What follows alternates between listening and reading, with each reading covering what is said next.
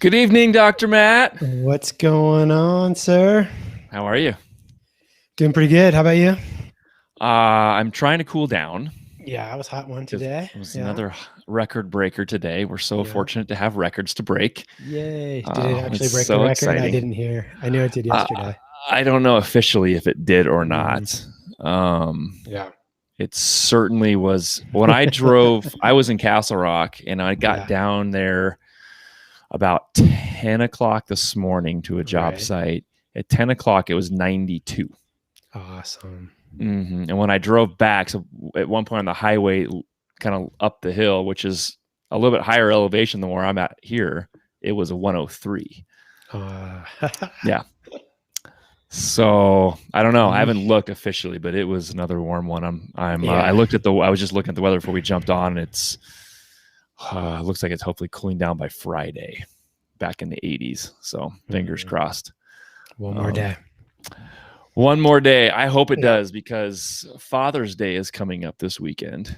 Yes, it is. And it's our little family tradition to go out to the golf course as a family and hit golf balls and watch the US Open. And we did not get to do that last year because of COVID postponing the tournament. Right. So hopefully it will not be 100 degrees. It's supposed to be 85. Yeah. So that's doable. I'm supposed to play golf with my dad that day. So I don't really want to play in 100 degrees. So no, if you do that, you might as well just go down to Palm Desert and he doesn't care. He likes it. Arizona. Listen, there's people out there that don't care. My wife won't go swimming unless 90 degrees. So at least not without a fight. It's too cold. Oh yeah, it's too cold. It's too breezy. Actually, it's really windy out there. So I sweat a little bit today. Had to drink a lot of water. Right. How's the project doing? It's getting there. There's some awkward stuff that we're walking into that there's just, it's unforeseen challenges in the building world, and just stuff you have to think through and try and stay at least one step ahead of. Right. This addition is all crawl space. So crawl space is not a full unfinished basement, and it gets awkward. And one of the, not to bore you with stuff, but one of the things we had to think about is the crawl space is about frost line here is 3 feet. So we have to have a footing that's at least 3 feet below grade. But there's also some soil issues on this site that we have to work with, because it tears and goes up and then tears again. So we've got some retention we had to hold back. So the engineer designed a wall behind the wall kind of thing. And he designed it so the crawl space, the stem walls in the crawl space were high enough that it could hold back some of that soil, as it's, kind of build it tall enough, instead of going to the 3-foot elevation and then building up walls to where we could conventionally lay 4 joists on top of the stem wall. He's actually designed it where they hang off the stem wall. So all the elevations of the existing structure line up. Anyway, we got into this whole thing and realized, oh crap, we have to run ductwork through the crawl space because it's conditioned. And that's going to suck once it's covered. And we have all this open right now. We might as well start doing some of all the stuff we don't want to crawl on our belly for later, kind of thing. So I was like, what else do we need to do before we close this? Because obviously there's access in there, because we have to have it, but it's commando crawling. So, running electrical isn't as bad, but plumbing and HVAC, that'd be a nightmare. So we did a lot of that, like, oh, stop, hold on a second, back up kind of things. Anyway, so it's got it all figured out. We're fine now, but there was a few things like the more I started thinking about, wait, if we have to do that, we have to do this. And went, oh crap, hold on, everybody wait, hold on. Yeah. I need 24 hours to think about We this. can't start without a plan here. Yeah. No. Yeah. And luckily Casey Thompson is very adept in the construction world, and he's basically managing this one himself for the day-to-day stuff. And he had, like, once I was mentioning these things, he kind of worked through it and he got in front of the subs and took care of it. But anyway, everybody figured it out. Nice. Yeah, it was hella hot. Hot as ball, as my son says. Yes. Exactly. Yeah. So right on. yeah. So that was most of my day. Out in the sun, lots of sunscreen, but it was hot. It was a hot one. I'm looking forward to some. I like summer when it's here, but I don't need it to be 100 degrees. So yeah. Nobody does. No, it sucks. Yeah. Nope. So what's up with the rest of your day? So you see Wednesdays you are with Quicksilver. Yeah. I am, yeah. So yeah, it's pretty chill. Wasn't outside at all actually, which was what it was today. But yeah. You were in the mechanical aired environment. I was. Yeah. It's quite comfortable. Yes. Excellent. Yes, it was. Excellent. Well, cool. So topics tonight. I wanted to talk about how to leverage yourself properly to build wealth. Mm-hmm. And Dr. Matt had sent me an interesting little article on bacteria, which spawned a conversation with my wife. And for those of you who don't know, my wife is a physician associate. They just changed the name. It's no longer physician assistant. It's physician associate. Anyway, she does the job of a doctor for a third of the pay kind of thing. That's kind of the breakdown. But she's very intelligent, obviously, and Dr. Matt knows that. But she also is involved in other parts of the science world, for lack of a better term. And so I was kind of talking with her this morning about some of that stuff, and questions came up, and I'm like, we should talk about it, because obviously I can ask you and you can answer those questions, and then how that relates to the world right now, and go from there. Because she brought up some stuff and I'm like, well, and then I went, wait, I don't think I know what I'm talking about. Nice. Yeah. Well, hopefully I know what I'm talking about. Well, you're going to know more than me. So that's all that matters. And if we don't, then we'll I think we'll it's a dive good into topic. It. Yeah. For sure. Yeah. I think it's timely for sure. I think it's timely for what's going on. So I just figured after you sent that, I was like, well, actually, I think I've talked myself into a corner here. I think we can talk about it tonight. Let's do it. Yeah. All right. So everybody knows about I'm not saying everybody, but most people understand what debt is. And debt is a dirty word, at least in our environment. Debt, it sounds like it's like a dirty, I don't want debt. I don't want debt. And I do talk about things with people all the time about how debt, when we talk about being financially independent, debt is the thing you want to get rid of. Right. But that's not 100% accurate, because you want to be able to use what debt is, which is other people's money. So you agree to have someone give you the money to buy something. Mm-hmm. And in return, they get to make money off of you by a usury or a interest rate that basically manufactures additional money on top of what they've given you as you pay it back, which is called principal and interest. So those two factors give you the ability to go things you don't have the cash for all up front, like a home. Let's just say a home is $330,000. You want to buy it. You don't have $330,000 in cash to buy it. You go to a bank or a private lender, most cases conventional bank, and you say, I need this house. And they say, great, let's take a look at your track record.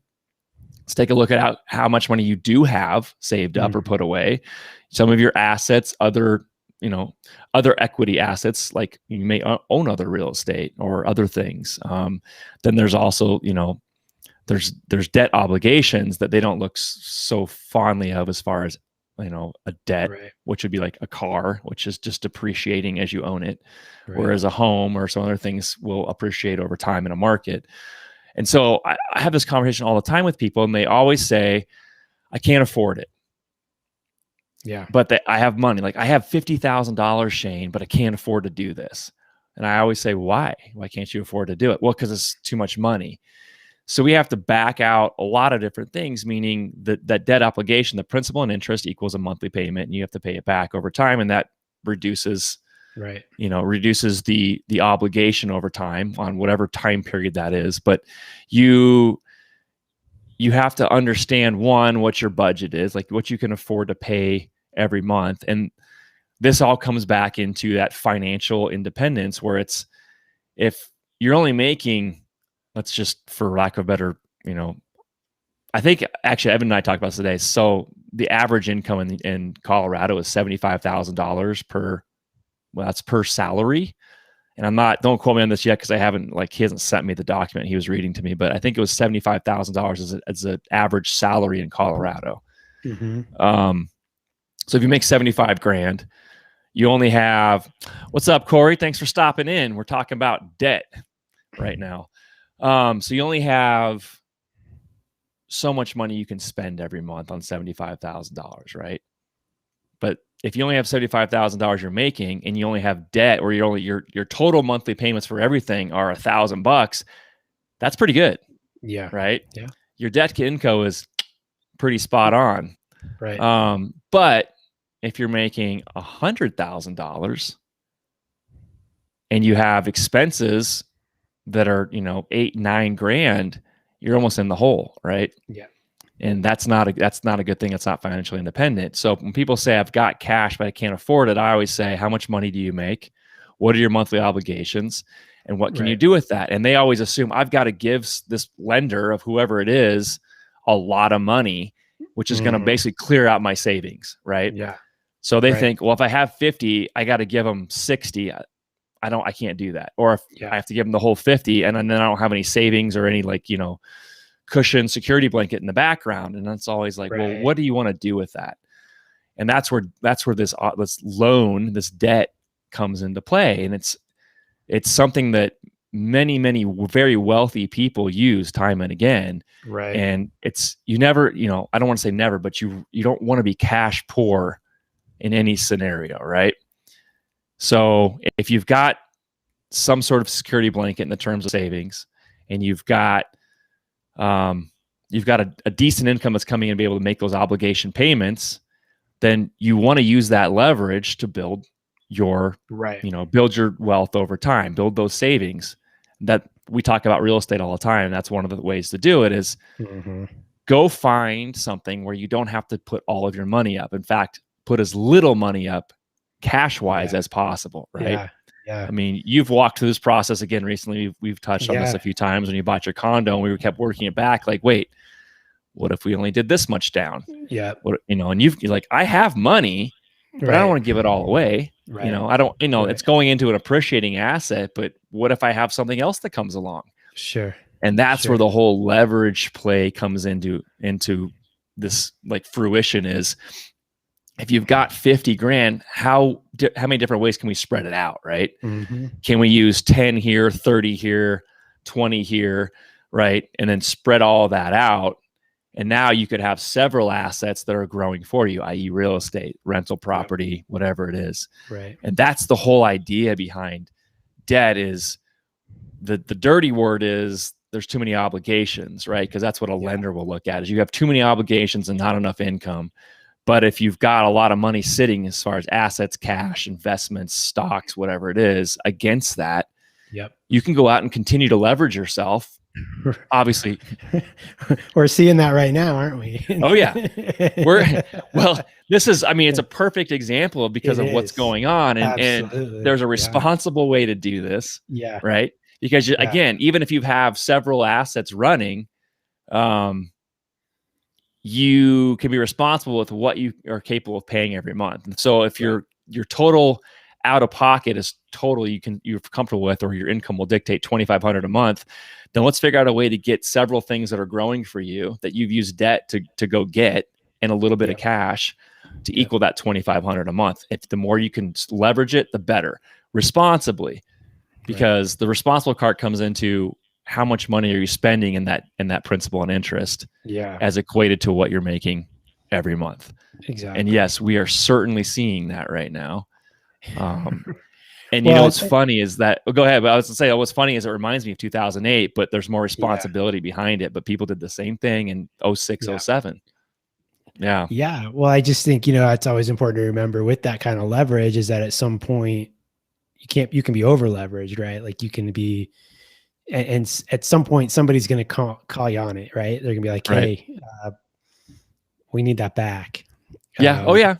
Because they're doing the same thing, right? Like they're doing the same thing. And that was what was so eye-opening to me is kind of when I learned about all this, I'm like, oh, that's how it works, okay. And I don't remember when I learned it, a long time ago, but you start to see how the money gets moved around, and it's really just moving around. It's not even really there, so being responsible, like you said, but also not being afraid of taking it on and using it, because it's really the only way that you start to build that actual wealth, right? Not exactly. You and I talk about it all the time. It's like you got to keep things moving. You gotta, you bring it in and you use it, and that's kind of the way I look at what you're saying is, one way is to like kind of like, oh, I've got this, I got to hold on, and not do anything with it. It's like my 50,000, I'm just going to hold it because I don't know what's going to happen. It's like, okay, well, you got 50 grand. Great. Okay. That's something. Yeah. But that doesn't do anything for you. But it doesn't do anything for you. I mean, you can put it in your savings account and make, I don't know, half a 0.001%. Yeah, whatever percent. And, basically nothing. And, or you can take it and move it and use it and, keep that energy moving, and as you said, responsibly. Yeah. And that's a topic I actually want to talk about on the next one too, but having that relationship with money, having a better relationship with money is so important to be able to understand how to use even these tools. And I call, leveraging is a tool. Yeah. Debt can become a bad word. It's a 4-letter word if it's not used properly, but leverage is something that, exactly. We at some point, most people, listening or I've talked to, or you've talked to, have been in that situation, but it's because you have the wrong relationship with money and you go out there and you create the wrong energy flow, basically swimming upstream, and it's not working with you. It comes in, it goes out. And when it comes back to you again, it's greater than when it went out the last time. And that's the energy flow we talk about behind having that relationship with money. Right. Yeah. And when you do that, what happens? It just starts snowballing. Because it's working for you and not against you. Yeah. Yep. Yeah. But that is also why it's so important not to get over leverage because then it spirals the other direction. But are you listening, hedgies? Because that's kind of what we're talking about right now. We're kind of pointing at you guys. I was thinking about that. I was thinking about how God, people get judged so much for living outside their means, and I get it, and I've done it, Yeah. But it happens. What's what we got going on right now in the whole system? It's like, come on, Anyway. But you know what? Guess what? There's opportunity behind any mistake too, right? Absolutely. Whether it's your own or somebody else's. And right now, there's a lot of people taking advantage of other people's. And I would say that's not really a mistake yet for them because there's a lot of ego and they know a lot. The guys are talking about the hedge fund guys that are. It's not a mistake. Yeah, it's not a mistake. They've been doing this a hell of a long time, right? But like we were talking about the other day, is every good Ponzi scheme always comes to an end. Yeah. Right. Oh, yeah. One way or the other. Somewhere. Somewhere along the way. Mm-hmm.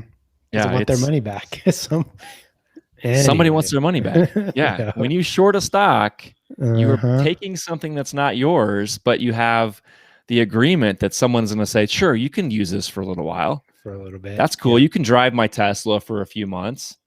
I'm not going to charge you anything. Right. But when it comes back, when I need it, you better bring it to me immediately because I'm going to need it. And you better be ready to give it back when I call you. Right. And if you don't, well, then you're going to start paying me. Yeah. So a lot more. And it may not have benefited you driving that Tesla for a few months if that's the case. So you better be ready. Yeah. we'll see. So far, so good. Yeah, right. Jesus. So far, so good. Don't do that. I'm not talking about going out and shorting the entire market, or even several stocks. You want to have assets behind whatever you do, and again, being responsible with it is the key. So if you're leveraged and you're 2,500, 3,000 a month, 5,000 a month, wherever it is, you can responsibly afford. And there's a formula behind backing that out and figuring out what it is you can afford responsibly. And that's also including being able to still be putting money away. Like it's not just, all the way to zero every month just to hang on to these assets. That's not responsible either. You still want to have a little bit of movement, diversification with cash going different directions. But if you're doing that, you're fine. If you're not doing that, then you're going to get in the same situation where you're going to start borrowing more money just to pay the assets that you have, and that works against you. So I always talk about real estate in any market. It's a good time to buy it. You just got to be smart and understand what the market's doing. And, that's why I do those videos. And there's plenty of information out there. It's going to be interesting to see how much, just as everything shifts with the whole financial world and like how real estate and lending and all that changes too, I feel like. Oh yeah. In fact, I forgot I was going to post something on IG yesterday. Because I just did another video on a lumber update, lumber futures and the price of lumber and kind of charting the market as a whole. And, well, clearly everyone's paying attention because it got a lot of views real fast, but the key behind this is, I was talking about lumber futures dropping pretty dramatically in the last week, and people are like, well, what the hell? And I was at Depot yesterday, literally picking up two 2x6s. I was short two 2x6s. So I had to drive all the way over to Homey Depot, which I can't stand, to get it. Those 2x6s, those stud cut 2x6s were $15 a piece. Jeez. $30. I bought a grinder wheel and some other parts for a couple tools. They were a third of the price. Yeah. So then I was out on that job site in Castle Rock today. I started counting them. I mean, it's just like, how? Oh my God, that's a lot. And the 2x8s are like $19, $20 a piece. It makes you want to puke. Yeah. But there's a downturn, and the retail side will catch up eventually. But right now there's nobody buying it because it's why, the margins are too tight. So the retail will take a little time. Hopefully by the end of July, we'll see some reprieve. Cool. But yeah, that's, don't leverage yourself in lumber right now. Like I have done. It's a mistake. Yeah. But anyway, that's my kind of 2 cents on how to use leverage and kind of, build it. Yeah, it's awesome. I mean, I think it's such an important thing to teach people about. I mean, people just don't know, use the word leverage, not debt. And that's the difference. That's a 4-letter word. So and usually a bad thing. Yeah. Yeah. I like that. I mean, it's not if you're able to, think of it as a tool that you're using, and so that's awesome. Yeah. That's awesome. Yeah. All right. So Dr. Matt, and I'm excited to talk about this because it's actually, I'm looking forward to learning. I always like to learn. I do like to be right a lot, and I do like to pretend like I know what I'm talking about, but the areas of science that are intriguing to me, I know very little of, and that's why I sit with Dr. Matt and we have a drink or two and discuss things once a week. Well, it depends on what we're getting. Exactly. But you sent me I would call it a cool article, but also a very interesting article on, and one of the things it touched on was bacteria. And as we talked about viruses before and how people would talk about, it does this, it does that. And just a brief history of viruses. They're not alive. They're not living things. They're, for layman's terms, they're just basically information being passed from one host to another. Bacteria is intriguing to me because it has a lot of bad qualities to it that are tagged with it as well, like streptococcus and pneumonias. And there's a lot of other things that I don't even know that bacteria can deliver to a human body. And the article that I'll let you talk about it, but the article talked about the stuff that's growing on masks that we've worn these things for the last year and a half. Yeah. But just in general, just start with like, talk to us about what a bacteria is, how it's formed. I know there's a million different types, but kind of the breakdown of that, and you know, we'll go into depth on the other stuff too, but I don't really know, honestly. Right. So, well, I think the simplest way to look at bacteria is that they are single-celled organisms.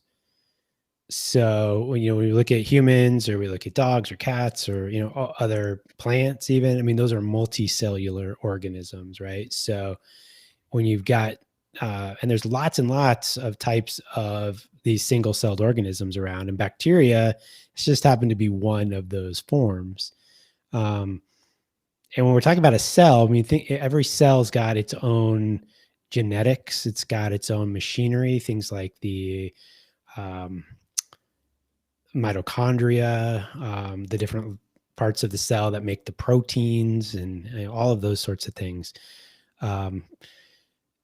So, and then you've got, all these different forms of bacteria. And so, when you look at, what you've got up there, basically just pictures, that we have of different forms and different shapes. And,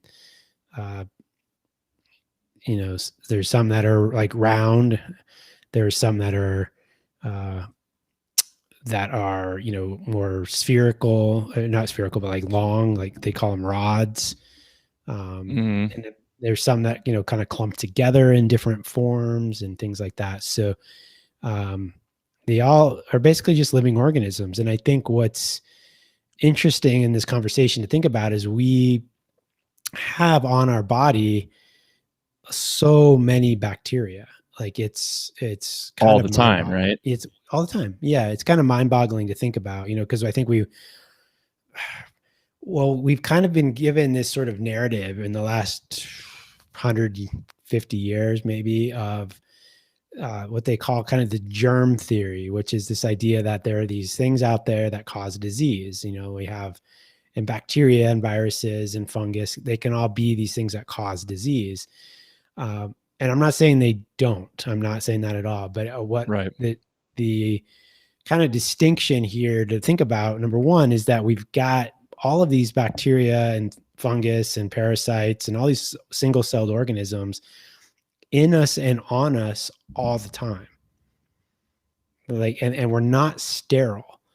No. And that's an important distinction to make, because, I think sometimes we relate to ourselves very separate from these sorts of organisms. But what's really wild about it is, some people actually estimate that there's more of those organisms living in us and on us than there are actually cells of our own body, or at least equal to the number of cells of our body, which is kind of a wild thing, kind of, can't really fathom that, but that's, the estimates are. So we're talking about trillions, with a T, of these sorts of organisms. A lot. Yeah. And so why, if these were bad, right? If these things were bad, human life probably wouldn't exist. But what we know about them is that we have this symbiotic relationship with these organisms. And so they give us something and we give them something. I'm just kind of doing a big kind of umbrella, statement about that, right? I think and so if but there are bacteria, there are these other organisms that aren't helpful. And those are the things that we call pathogenic organisms, meaning disease causing. Right. And so these things can definitely create immune reactions in our body. Our body sees them, or sees them being overgrown, like too much of them in the body. And that's when we react to them. And our immune system's like, okay, that's not supposed to be here at that level. And so that's a really important distinction to make, because likely, and again, we don't know 100%, but it's very likely that all these bacteria, because why don't we just focus on bacteria right now? We could kind of expand it to other things, but it's likely that all these bacteria are, even the pathogenic ones, are present in our body all the time. Interesting. And why, it's likely, now at levels, probably not at levels that are a problem, or else we would have symptoms, when we would have symptoms of the immune system reacting. Right. Which is it's what you want, right? We want our immune system to do that. Yeah. It's uncomfortable and it sucks, but that's kind of what you want. So, from a naturopathic standpoint, and kind of where I look at these bacteria is really not so much about those particular species of bacteria causing disease necessarily, but also how is the host, like the body, the person, like how healthy are they? And the example I always give to people is looking at the soil. So a lot of people have grown things in the ground, right? Whether it's been whether vegetables, or you've grown flowers, or just even house plants, right? People have experience growing something. And if that plant isn't doing very well, like let's say you're growing, I don't know, a tomato plant in your backyard, right? And it's not doing that great. And you're kind of like, okay, what's going on with my plant? It looks kind of sick. Well, what's the first thing that you do for this plant? Is you look at the environment that it's in. How much sun is it getting? Is it getting too much sun? Is it getting not enough sun? Right. What about the water? Am I giving it the water it needs? Am I giving it too much water? That happens a lot with plants, especially house plants, right? We give them too much water. Right. What about the soil quality? What about the soil? Is it actually really rich, good soil, or is it not? And so we start looking at the environment, and in naturopathic medicine, we call that the terrain, right? We look at the terrain of the plant. And then if we treat the terrain, we work on getting that terrain healthier. And if that terrain's balanced and healthier, usually the plant does just fine. Yeah. Because in the soil, and it's another good example to remember, we know in the soil is never sterile. Well, it wouldn't work sterile. That way. It can't. It literally can't. So what does that mean? It means it has bacteria, it has fungus, it's got all kinds of living organisms within it. Yeah. Yep. In the soil itself. So, and all of those things work together to keep the plant healthy and help, it's sort of a nice little life cycle. I mean, a simple way to look at that life cycle of a plant would be, a plant lives, it dies, the plant dies and it goes back into the ground, and it's broken down into its nutrients, all of the minerals and everything in the plant. So that gets the soil, all of that gets back into the soil. Then a new seed comes in that sprouts. Now you've got the plant, growing again. But what actually created all of that good nutrients for the plant, or for the new soil, was the bacteria that actually digested the plant, that broke it down, that actually played the role in regenerating it. Along the roots of most plants are fungus. It's actually a whole system. Really fascinating stuff. And it actually keeps the bacteria in the soil from getting out of balance. Everybody knows about penicillin. Well, where did penicillin come from? It came from mold. Yep. They observed it from a mold. So mold and fungus mold is a type of fungus. So the fungus was secreting this compound that we knew would basically keep the bacteria in check. And so that's when I'm talking about that symbiotic relationship between fungus and bacteria and plant in the soil. Right. And then you get a penicillin vaccine to combat, most commonly, what? Strep throat? Well, yeah, so absolutely. So what we've done, and I think this is kind of, where we can look at it from, put humans into the picture now. We've got all these things living in us and on us. We need to have things that supply our body the right nutrients, our terrain the right nutrients. Right. We need to have the things that keep everything in check, and so they don't get out of balance. Yep. And because they can get out of balance and they can create symptoms.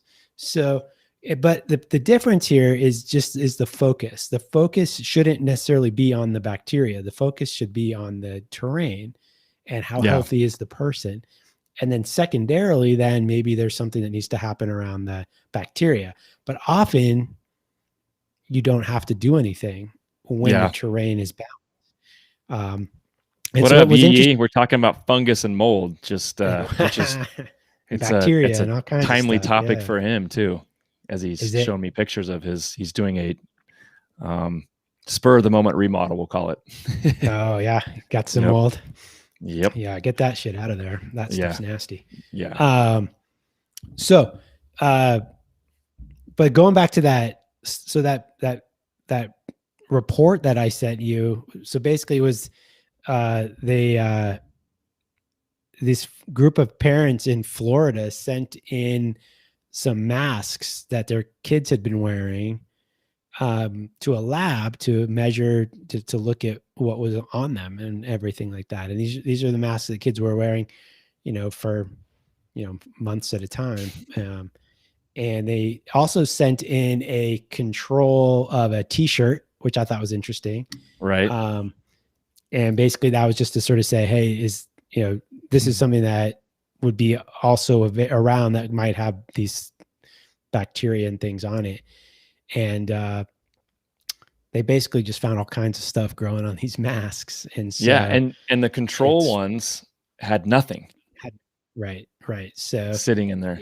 It was a pretty good indicator that what was coming out, breathing and then growing. I don't know if it was coming from the kids per se, but definitely what started, the environment that was created on that mask, right, was not great. And think about what happens with those kids, right? They're in the environment, they're digging in the dirt with their hands, they're touching stuff, and then they're touching the mask, and then they're breathing on it. It's creating a better environment, and everything's growing, right? So I think it's just it's just kind of gross. Yeah. Well, Yee too, he's found on the back end of the drywall, which is a fun place it's a terrible design for a building material based on how we're allowed to use it as compared to what we should be doing if we're going to use drywall. But it's got paper product on it, which is a fantastic food for lots and lots of different kinds of mold. Right.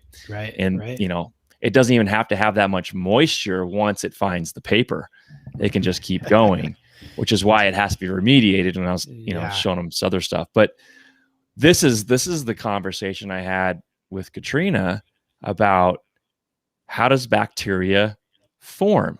Like, what causes it to does it just show up out of nowhere? Because we're talking about environments that bacteria like, generally moist, dark environment, right? Like inside a mask that we're breathing from this far away from our face, that's just spit, condensation, sweat, everything else. And you're talking about kids playing in the dirt where other bacteria are and just, rubbing their face and all the different things that they can get into. But a shirt sitting on a table in the same environment, just not on someone's face or body or, whatever, didn't have any of that. So how does it derive in, like, let's just say a mask? How does it form in there? And you talked about pathogenic types, but how do those things show up out of, because it's just like, is it just form from, are we have, like you said, is there bacteria living in us that just spit out into the mask and then regrows? Like, how does that work? Yeah, there's definitely, the oral cavity has got tons of bacteria living in it. So, it's there's all sorts of different types, back of the throat, nasal cavity. It's just tons of it. It's not avoidable. Right. It's not a problem either, really. It's normal. But when we're talking about hygiene and balance and things like that, that's when you're starting to look at kind of what, that's why I like going back to the terrain model, because you can't get away from it. The goal is not to kill it all. We're not going to win that war. Right. So why even try? Why not get the body and the soil, if you will, healthier. Right. And, and so, yeah, these kids probably have strep and pneumococcus and all these different, I don't even remember all the ones that they had. I could look at it really quick, but yeah, they said there's a lot of them. Oh my God. Yeah. Strep and mycobacteria, tuberculosis. Awesome. That's a good one. Yeah. Yeah. But, E. coli, Lyme, there's a spirochete that causes Lyme. That was another hot topic yesterday or this morning. Lyme disease. Can we only get Lyme disease from ticks, or are there other environments that we can get? See, I'm right. If anyone, if you're listening, it's right. It's the most common, but no, they're actually starting to find other vectors for that particular bacteria. Yeah, it's actually that's a whole other wormhole we could go down. Oh yeah. But but in some ways the conversation is still the same. It's not about that's actually an interesting example because, you get a tick bite, the tick's infected, you get infected. Right. The question is always, again, though, how healthy is your terrain? How healthy is your body to handle this? Yeah. Is it something that's going to completely wreck you, or is it something you're going to react to, get sick, and then clear, which is a normal response, right? Yep. So, again, the goal here is not to never get sick. The goal here is to be able to combat it. If you do need to combat it, come back into balance again. And so, to your question about where does it all come from? Really, it's just everywhere. It's in our bodies, on our bodies, in the soil, on the desks. These things are everywhere, but it has to do with the environment, again, that it's going to grow in. And I would just say that why it didn't show up on a t-shirt is probably just because it wasn't a great environment for these things to really grow. There wasn't enough condensation, right? Moisture, whatever it was. Exactly. At the levels that the masks had. Yeah. So, yeah. But it's a significant issue, when you look at the health of kids and you look at the health of like why expose. It's a challenging thing to know. Like, is this in our body all the time and it comes out, or does everybody have tuberculosis? I don't know. Probably. We don't know. Right. We're not all sick with it, clearly. Right. Which is good. Yeah. But we have these things in us and on us all the time. So. Yeah. Well, I run into a lot of these things in the construction world too, and in real estate, but especially molds. Yeah. And like I was saying, Yi kind of got into just a spur of the moment remodel, trying to fix some stuff. And now it's what happens when you open up walls, homie. But he got into a situation, again, like I said, we've got building materials that are not conducive to being in a safe environment. They create a lot of problems. Totally. And there's lots of molds that have the color of a black mold, but they're not black mold per se, because black mold that's a nasty one. And you don't want to mess with that at all. There's lots of things that create bad outcomes in the human body because of it. Certainly anytime you open something up, and if you're listening, you want to, like I was telling you, the proper type of mask, gloves, and then you want to put that in a certain type of bag. There's actually rules and regulations, and we're not going to talk about where he's doing it or how, but of how to remediate it.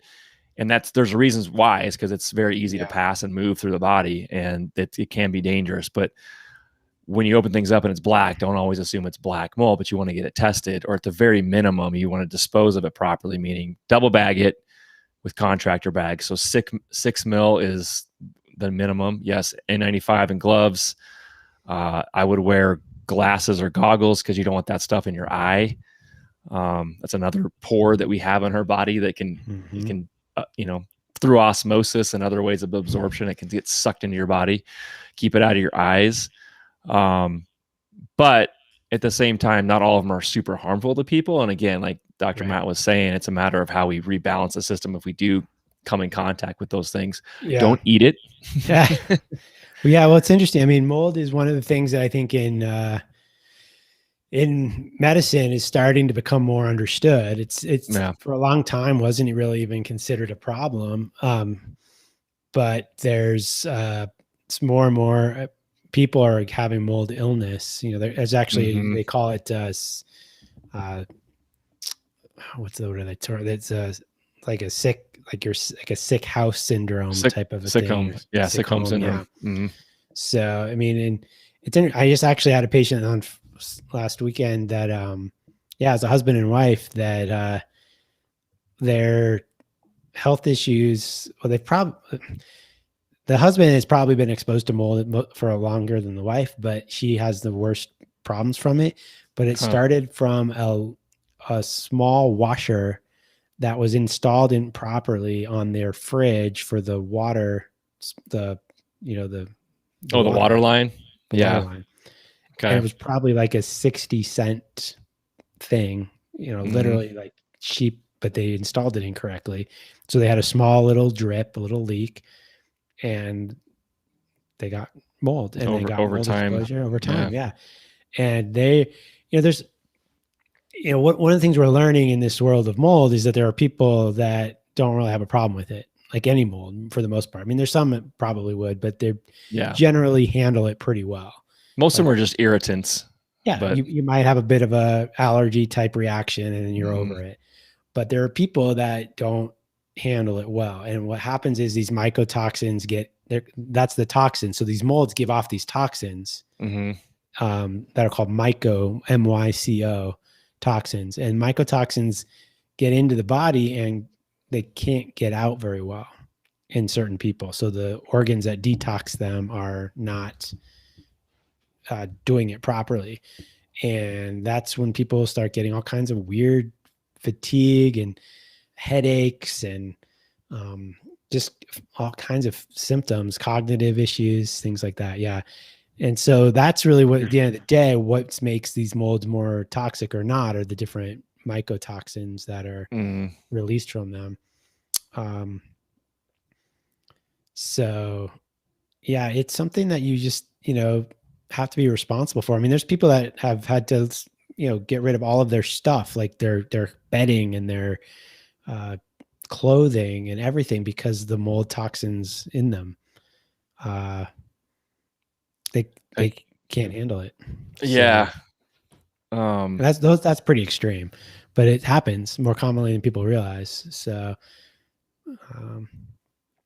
the contractor come over to finish the work, which you started. He wanted $1,200. That's all left is putting the insulation, hanging drywall. I'm going to patch it up, freaking crazy, trying to get out. Hang in there, man. Home ownership sucks sometimes, and I'm, just be glad you found it when you did. Yeah. Especially for, at some point you're gonna, we know you will sell that, get out of there, and move on.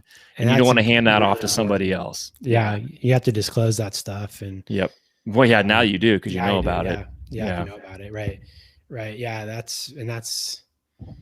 I mean, there's a whole industry spawning up around this kind of stuff. I mean, there's realtors right now that specialize in mold, finding people mold-free homes, and obviously the contractors and the mold remediators and all of that.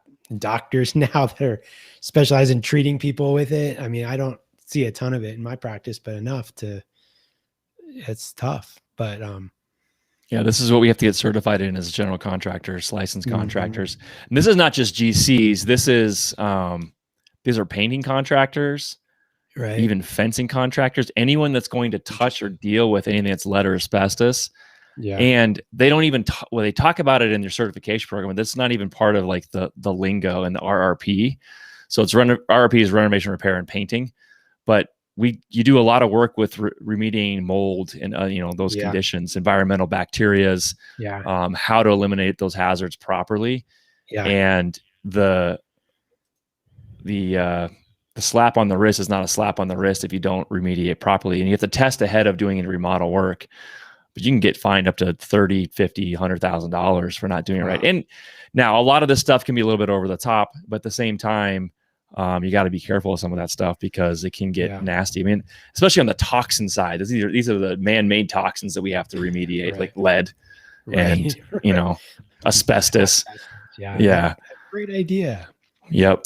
But a lot of more of what I see is all the different molds, just from not either the wrong assembly or some sort of leak that you talked about before. But most people tolerate it okay. They maybe get a little bit, maybe they get some nose symptoms, stuffiness or runny nose, and clear it and they're fine. But there's some people, man, they have a rough one. Did you take pictures? You took pictures and sent some to me, but it'd be worth your time, honestly, man, and I don't remember how you ended up starting this work, but it'd be worth your time to talk to your insurance company and put a claim in. It doesn't matter when it was built, because those are all poorly built. There's no assembly that's correct in there. And you've seen that now that you open it up, but I'd reach out to your agent and ask them. They'll advise you whether you can do a claim or not, because especially the remediation, if you had a contractor come in and you had to pay him, that's keep your receipts and your invoices and stuff. But speaking of irritants, God almighty, my allergies are killing me today. But yeah, reach out to your insurance company and ask them, because more often than not, that's a claim for sure. It doesn't matter when it was built. Doesn't matter when it happened. Health and safety is exactly why you carry insurance. So yeah, use it for sure. Mm-hmm. Because a lot of stuff is very harmful and it will not go away. And like I said, you can get a clean environment.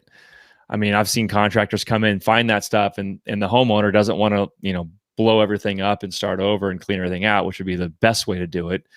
So they'll get in and they'll do some bleach and they'll do some other chemicals to kind of like take away that environment. But it's not a perfect science. And again, once like a mold finds food, if you're leaving that existing drywall up and you've just cleaned it off or put on a chemical on there like bleach, or you've done some remediation work on the lumber itself, the framing lumber, it doesn't need to be like it's dry now, cover it back up. It doesn't matter, because if there's a food there, they don't need the moisture, right? They just need the food they can survive on, which a lot of times is just the paper product that's in a lot of things, or the cellulose and the lumber.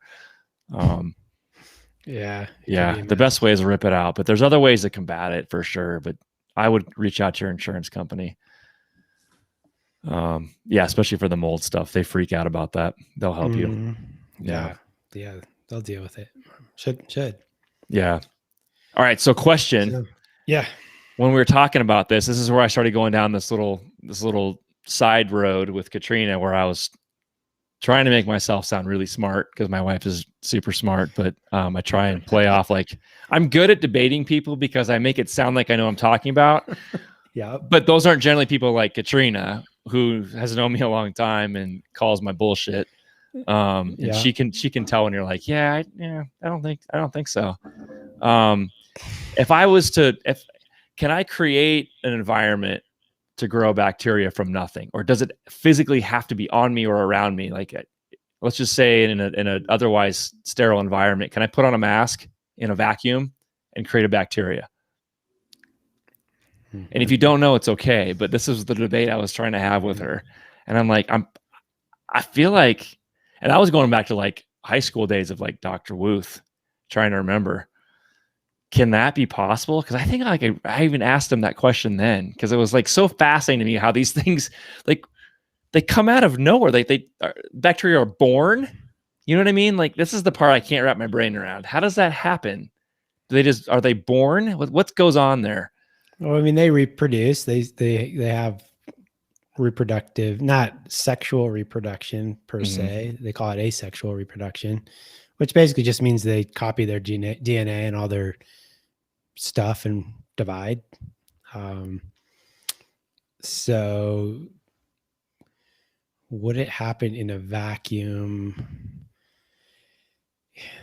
If you really want to go down a fun rabbit hole, there's actually this whole theory that's kind of been, it's kind of poo-pooed in the modern medical and science world, but it's this whole idea of pleomorphism, they call it, which means things shifting in from one form to another. Okay. And so there are people that really believe like parasites, viruses, and bacteria are all really kind of the same thing, that kind of just shift back and forth. Gotcha. I don't know. It doesn't really matter to me, to be honest. Like it doesn't really change what I think about getting the body balanced and healthy and things like that. I don't know. I mean, we know there are sterile environments where nothing grows.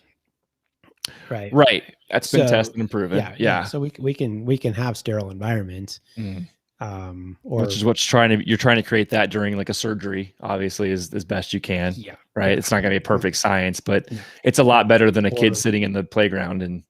Oh yeah. Yeah. I mean, in the middle of or just us sitting in a restaurant with masks on. That's not going to do a damn thing. But in a surgical environment, they can get it dialed in a lot better. I mean, there's definitely more sterile than on a spectrum, right? Yeah, for sure. But yeah, no, they've definitely created environments, and they've done it in labs with animals and things that are pretty sterile. I mean, nothing really lives though. That's the thing. If everything is really sterile, life doesn't exist. Right. So that's what's really fascinating too. So it's you can't really, it's not really good to have sterile environments.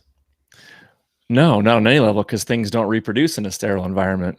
I mean, human beings don't reproduce if there's sterility. So, well, if you want another interesting thought kind of exercise is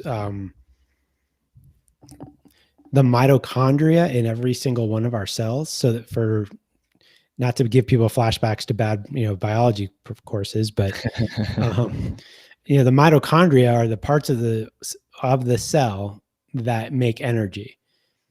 So they create the energy that runs the cell. And then, every single cell has mitochondria in it. One of the really cool things about mitochondria is that the mitochondria have their own DNA. They don't have your DNA. Right. They have their own DNA. They have their own. And so what that is, I know it's wild. Yeah. So what we think that is that at some level, it's a bacteria probably at some level, and became part of the human cellular makeup. Huh. Isn't that cool? It's crazy to think about that, though. Yeah, because we relate to bacteria like they're bad all the time. We think that they're all these disease-causing things.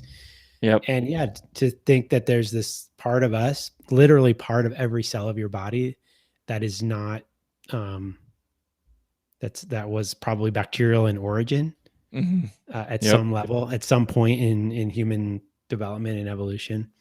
Yep. And likely, all species, right? All animals, anything that has mitochondria. So,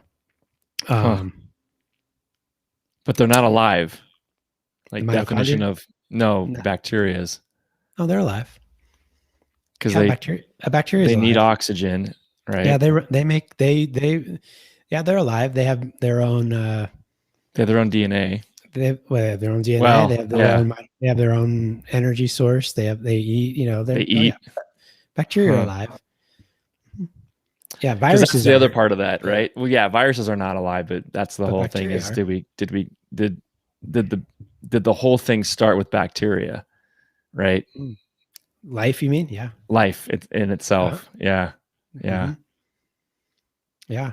I think Bro, you're an hour later than us, homie. Like, I don't even know what it's 6 o'clock. Yeah. 7. Yeah. Dude, insurance agents have banker hours. Well, that's not true. There's the claim office may still be open. I bet your agents. Yeah. He's at home eating dinner, homie, with his family. But the claims department is sometimes they're 24/7. I mean, most of them are. I mean, they have to be for that very reason. I have a problem. My roof, it collapsed. I have a problem. I have a leak and my house is flooding. But you should be able to figure out where the claims department is, or wait and call tomorrow and just go eat some more mitochondria. What? Don't listen to Shane. Don't eat that. Stay away from that. Don't touch it without gloves. Get it double bagged and throw it away. And be careful. Yeah, for sure. Yeah, it's not good, man. It's not good. Yeah. Oh, all right, Dr. Matt. We are up on our hour. Yeah, cool. I'm gonna actually go down and I'm gonna tell my wife that I was right and it was backed up by a Dr. Matt. Yeah. And I'm gonna flex my muscle. She's going to roll her eyes. She's going to roll her eyes and go, do you want dinner or not? Yeah. Because I don't really care. Exactly. Yeah. What do you got to send people away with for the week? Ooh, so here's what I got. So, and I had a little bit of, let's see, when did I do this? The other video, I talked about a little bit of the real estate side with mortgages. You need to go out and learn. Hey, what's up, Serge? Dude, what's up, buddy? It's good to see you. My man. Hope all is well, brother. Thanks for stopping in. Yeah, so learn how to leverage yourself. And that comes down to understanding, first of all, debt's a 4-letter word, but understanding what borrowing money entails. Mm-hmm. And the homework I'm going to give everybody is to go, and I think this is going to dive deep, and some of these guys may know, let's dive deep into what the history of banking is to understand what you're doing. And a great video to watch, it should still be on YouTube, is called The Money Masters on YouTube. Go watch The Money Masters and then figure out a way, especially with Yi and his we'll just call it his voyage through home remodeling. Understand what it is to use that leverage to grow your wealth. Okay, so go watch The Money Masters, and then let's talk about that a little bit next week. Maybe we'll play a clip if I can figure that out. Yeah, there it is right there. Yi posted it. The Money Masters. It's on YouTube. It should still be on YouTube. It's a video. It's really well done, but I think it's like the mid 90s. I was gonna say, yeah. When was that done? Late 80s, early 90s. Yeah. It was, I think, mid 90s, just based on a couple different coats this dude has on. I'm like, I think I recognize that. I wore that as a kid. Starter jackets. Right on, Serge. Is good. Hey, thanks for stopping in, man. Yeah, we do this every Wednesday evening. So, if you're subscribed to our channel, then you'll get a notice every Wednesday. But yeah, Dr. Matt comes in. We talk about all kinds of fun stuff scientifically. I'm a science geek, although I don't know much about it.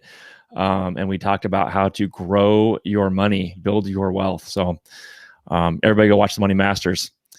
And Dr. Matt, what do you have for homework for them? Well, I was thinking about kind of the gut bacteria, the bacteria balance in people. So I would say 2 things: get outside and get into nature, get into the earth, get into the dirt, go hiking, go into the ocean, whatever it is that you want to do. And then the other thing, this is a product that, where's my camera there? That I really like a lot for helping people's gut health, called Biome. It's a product that really helps balance all the stuff in your body, that whole terrain we were talking about. Yep. I mean, the best way to get your terrain started is to be out in nature and get exposed to all kinds of stuff. Just because that's part of being on the planet. But then this product can really help with that as well. So the assignment is to get outside. Last week it was to get in the sun. This week it's to go play in the dirt. Go throw some dirt on your face.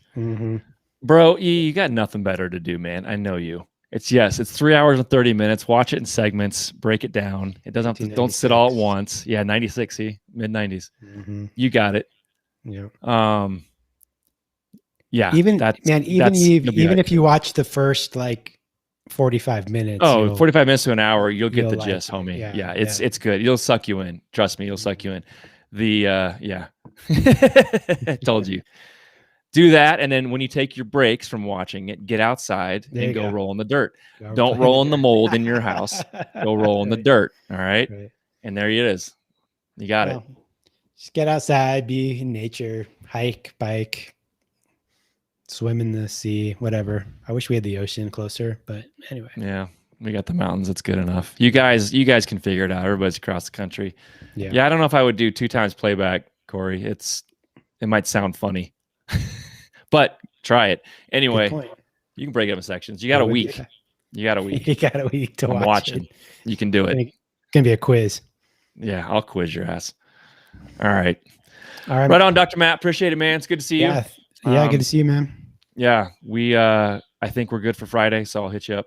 Okay. But I'll get out. I need to get out tomorrow too and get out into nature again. I need to ride my bike some more. Stock Market Live is an overachiever. Appreciate you guys stopping in. Make sure you hit that thumbs up on the way out. You know how it works. Good to see everyone. Go spread the word. We're here every Wednesday, usually around 5 Mountain Daylight Time. So that's what's up. I got some more videos coming. There's some fun stuff coming out, and go check out Dr. Matt on his website. He's also on Instagram. Go follow him on Instagram. And we talked about water last week, and you guys are asking about that. Here's the link. Oh, yeah, this is my water. This is the water filter I was talking about. That's that water filter. If you use that link, you can get, I don't know what the discount is. You tell me. What's the hook up on the link? I don't remember. All right. Well, go use the link because you'll get a better deal. If you want one of those filters, I know Yee's asking for one of those too. So there you go. Write that down. Go hook it up. And you guys, everybody have a good evening. Take a breath. And we'll see you guys next week. See you guys. Later. Later.